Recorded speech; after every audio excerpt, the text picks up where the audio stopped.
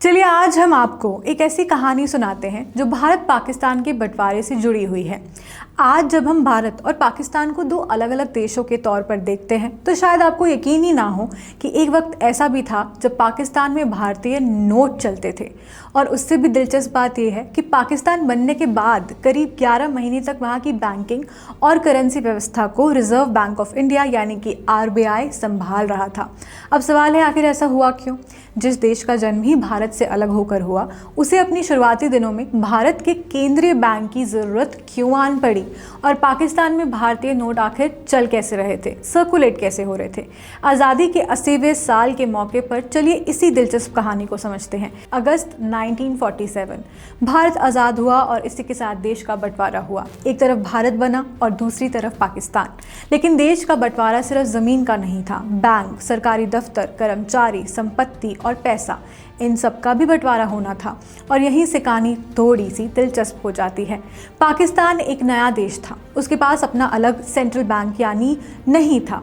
अब केंद्रीय बैंक का काम क्या होता है, आसान भाषा में समझाती हूँ। किसी देश में नोटों की सप्लाई, बैंकिंग व्यवस्था और पैसों से जुड़े बड़े फैसलों को संभालने वाली सबसे बड़ी संस्था केंद्रीय बैंक होती है। भारत में ये काम RBI करता है, लेकिन पाकिस्तान के पास उस समय अपना ऐसा बैंक था ही नहीं।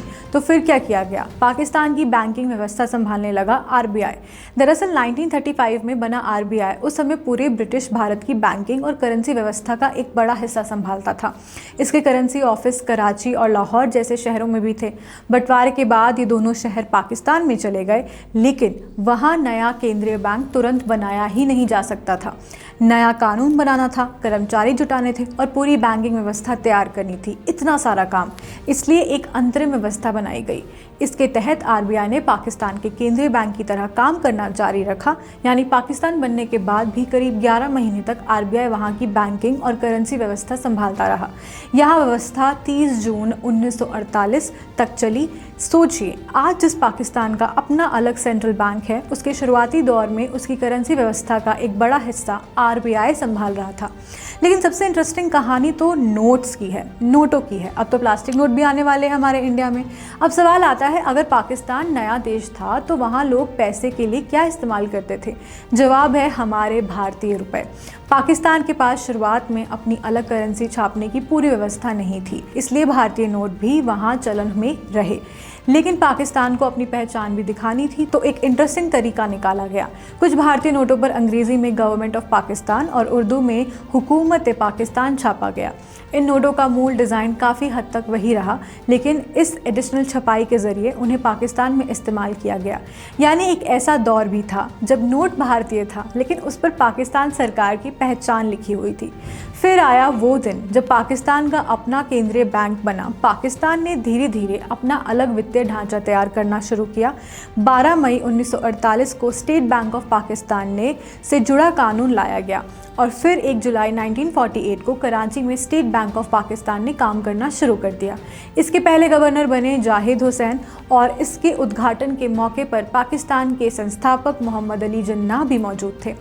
इसके साथ ही पाकिस्तान ने अपनी बैंकिंग व्यवस्था की कमान खुद संभाल ली, यानी जिस अंतरिम व्यवस्था में RBI उसकी बैंकिंग व्यवस्था संभाल रहा था वो खत्म हो गई।